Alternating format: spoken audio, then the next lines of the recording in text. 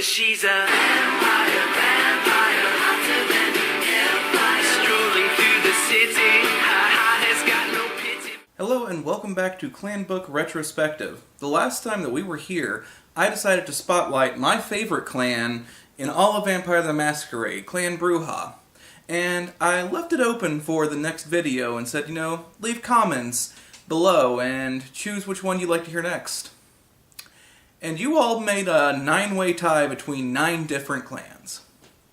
I shouldn't be too mad about this. It goes to show how great Vampire is when opinions are so spread out with the 12 remaining clans. But I do think that I need a little bit of organization on this end. So, here's the deal. We're going to do this in lumps, so to speak. I'm going to start with the Vampire clans in the Sect Camarilla, and then I'm going to move on to the Sabbat, and then I'm going to finish with the Independents. So with that being said, that leaves us with 5 clans. Well, 6 clans arguably, but also arguably 5 clans. Let's say 5 clans for now. And since I got a vote for Clan Toreador, I decided that, that'd be a fun one to do next, so let's do Clanbook Retrospective on Clan Toreador. So in order to understand Clan Toreador, you first need to understand something about vampire physiology in Vampire the Masquerade. When a human is given the blood curse of vampirism, they lose their sense of aesthetic and their enjoyment of romantic love. It seems to sort of go away, and you have to strive to maintain it, but it's just this constant fight of just banality kind of taking over. It isn't so much that it all sucks, things just become blasé, I think would be the term. A beautiful painting becomes color pigments on a canvas. A sculpture is just chiseled marble shaped in a certain way. Music is just compiled sound that is mixed together into an enjoyable melody. There's just kind of like no passion, there's no feeling behind it. Things just start to really lose their meaning beyond what they actually are. Though a lot of people sometimes tend to ignore this rule, either because they really want to portray certain things, they have a hard time letting go of certain aspects of culture that we hold true to humanity, or they just don't feel like adding that aspect to the game. Whichever. This tends to be the norm with most clans. The fact that whenever you become a vampire, you start to lose your sense of aesthetic and sense of enjoyment. However, for Clan Toreador, this is the opposite. The joy of beauty in general is amped up to 1,000, to the point that it is all-consuming. Toreador's strength and curse stems from everything becoming beautiful, and finding certain things more beautiful than others. It goes to the point where a Toreador can be paralyzed by the beauty that they are seeing. And this can happen with, let's say, a painting, a sculpture, a movie, music, a really pretty sunrise, for instance. And the really pretty sunrise really, really sucks if you're a vampire. The concept of Clan Toreador comes from the source material that arguably VTM takes the most influence from, and that is Anne Rice's vampire books, most famously things like Queen of the Damned and Interview with a Vampire. While the structure of Interview with a Vampire and Vampire Covens in Society are taken from Rice's work, the concept of Toreador comes from a variety of sources in Rice's work, but the most notable is the Theatre of Vampires Coven that put on plays to feed on their victims in Paris that Louis and Claudia find whenever they're traveling to Europe. When it comes to Clan Toreador, usually these are the ones that seem to be the most attuned to mortality and to being human. As such, they tend to be the ones that most gather humans around them. Typically, they seek out muses, as well as those who they can inspire to create beautiful art that they themselves might not even be able to make. And they do this throughout a number of different ways, including ghouling humans. That way you could also give the vampiric powers of presence, or aspects, or celerity to help with the artistic work. Toreador are typically stereotyped in upper crust sort of society, and the clan in general follows that trend, as the Ventrue, Tremere, and Toreador are considered to be the model vampiric society compared to the lower clans of Brujah, Malkavian, Nosferatu, and Gangrel.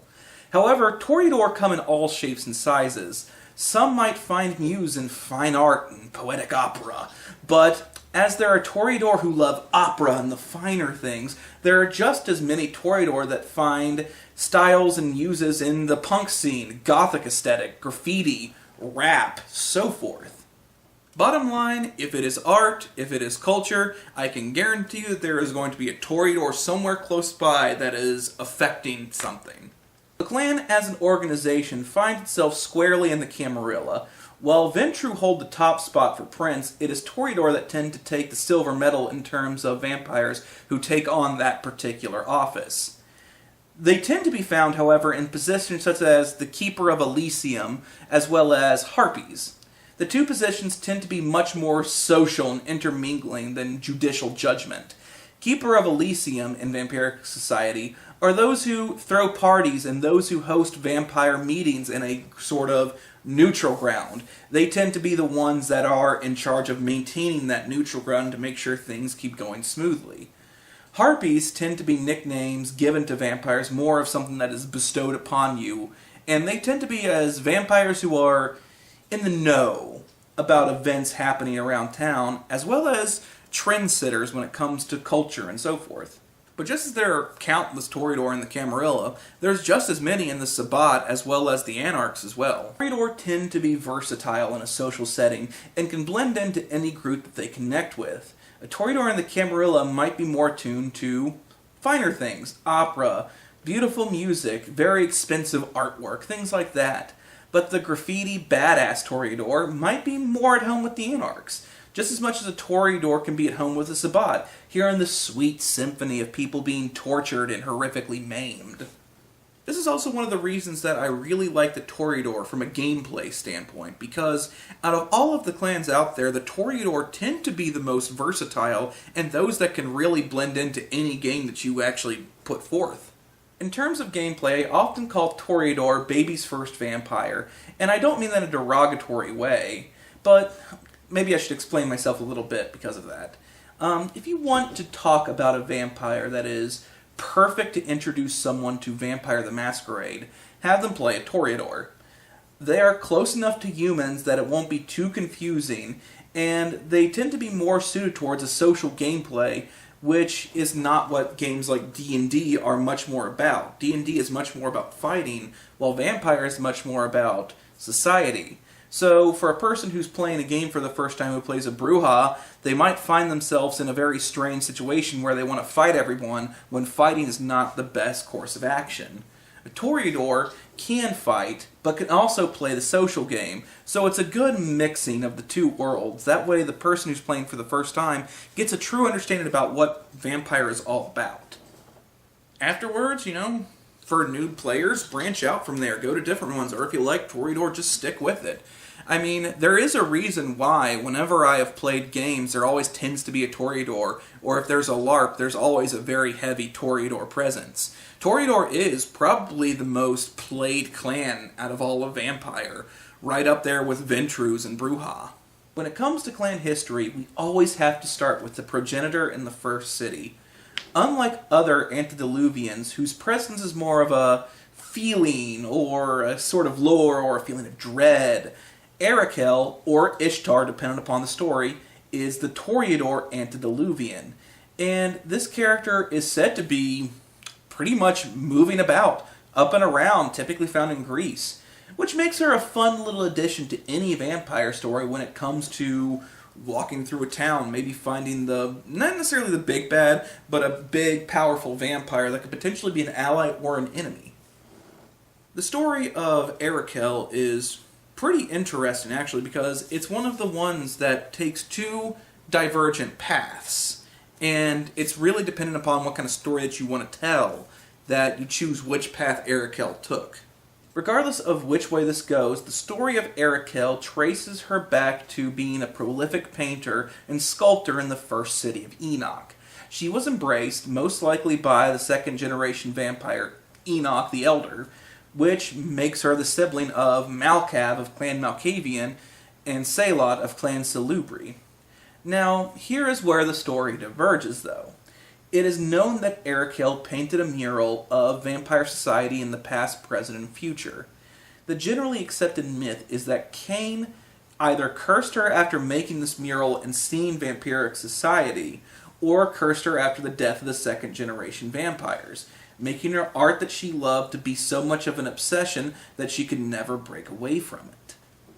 However, here in the Toreador tell it's much more romantic and uplifting than that sort of dreary tale. From the Toreador perspective, Erakel was the only vampire of the 13 antediluvians to not turn on their sires and kill them. As such, Erakel was the one that was spared from the curse. If that is to be true, then the quote-unquote weakness of the Toreador is actually a blessing to maintain their love for art and the aesthetics while others fade. It also explains why Erakel is able to stay awake for a very long period of time, while the rest of her brothers and cousins sleep soundly in torpor, waiting to be awakened. Who is right? Who is wrong? Who the hell cares? Make up whichever story you think fits best with your narrative and roll with that. Either way, they're both very fun stories and can definitely add a lot of interesting mythos to your game, depending upon which path that you take. Toreador are also unique is that they did not get their clan name from the Dark Ages or from their progenitors. Unlike Bruja, who was named Bruja, or Lasombra, who may have also been named Lasombra, they tend to be a little funky on the names. The name Toreador did not come up until around the Middle Ages and the Dark Ages, whenever it was brought about in Spain, hence the reason why Toreador is a bullfighter in Spanish culture. When it comes to the Dark Ages, Toreador found themselves in the high clans in the upper echelon of society. They joined the Catholic Church and assisted in the creation of architecture, as well as found themselves at the center of the court of love in France, as well as very heavily influenced in Spain, hence the name, once again, Toreador. However, there is no better time to be alive, well and dead, for Toreador than the Victorian Age. With the boom of the Industrial Revolution, art, music, and theater also exploded. Toreador vampires found themselves in the middle of a cultural boom so pervasive that it helped shape a time that was mainly known for its smog, smoke, and coal. Nowadays, Toreador seem to be just as stable as they were in the past, unlike, let's say, Clan Bruja, who had a major fall from grace and continues to plummet to this day. The Toreador seem to be much more of just a plateaued constant. They are still the cultural zeitgeist. They create culture and inspire culture wherever they go. They are typically found in the Camarilla, where they take on the role sometimes as princes, but mostly of keepers of Elysium and very social consorts.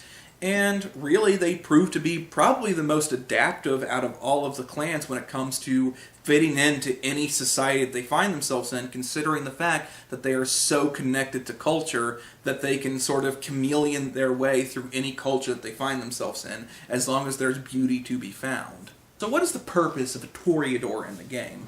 Well, Toreador may be one of the most important clans in the game because it shows off a different side to Vampire. The other major game in the RPG world is undoubtedly Dungeons & Dragons. Dungeons & Dragons started off as nothing more than a dungeon crawler, with some extra bells and whistles, and later on evolved into a storytelling giant. This is still primarily fighting on your lovely little squares, though, with your battle maps, and so forth, with story elements mixed in. Vampire the Masquerade is a different RPG beast. I have gone entire campaigns without ever once entering combat. 7, 8, 10, 20 sessions without once even pulling a gun out. Combat is not a necessity, and unlike some like Clan Bruja that are built for fighting, Toreador are meant to be lovers, not fighters. And don't get me wrong, Toreador can still hold their own in a fight. They have celerity, which is vampiric super speed. They have auspex, super senses, as well as presence, which is your ability to look beautiful or at least compelling. So they're not useless in a fight. Do not ever think that you could just easily take down a Toreador. They'll run circles around you unless you have something to back it up. However, they tend not to want to use their disciplines for that purpose. They like to use auspex to see more of the beauty in a painting. They want to see they use celerity as a means of creating very quickly. They use presence as a means of performing. It's not so much about fighting with Clan Toreador. As such, they tend to be much more social animals. They tend to be the ones that do the wheels and deals with their voices, not with their fists. So it makes them a very crucial part of the game because it shows off that you are not in the same thing as D&D. You are in a different sort of environment and you need to adapt accordingly. In what better way than probably the most adaptive clan out there, Clan Toreador. A Toreador does have the capacity to be a fighter, but the majority of them do not want to fight and are not exactly the greatest fighters, though. Toreador are social butterflies and work best when unleashed onto a crowd of people holding cocktails and clutches instead of guns and swords. Most Toreador are more apt to be talkers and political maneuvers, while Clan Brujah protects them more with the big bads lurking in the shadows. And pretty much that kind of sums up Clan Toreador. Their history, who they are, what they're about, and how you really can use them in a game. Thank you all so much for watching, and please like and subscribe for more. And please, in the comments below, add whichever clan you'd like to go next. And like I said before, we're sticking with the Camarilla clans right now. So I would like you to stick with 4 clans in particular: Tremere, Ventru, Malkavian, or Nosferatu. So vote for one of those 4. I'll put it up here as well. And thank you all so much. Until next time.